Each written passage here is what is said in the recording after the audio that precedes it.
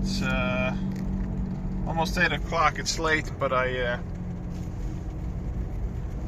put the new belt tensioner and the belt, did the oil change, and I was just road testing it for the first time, and I noticed this big rumbling noise. It sounds like it's got a bad muffler coming from the back, but it's actually the passenger side rear wheel bearing. I don't know if you can pick it up on the phone, but can you hear that? And watch what happens when I turn. It goes away.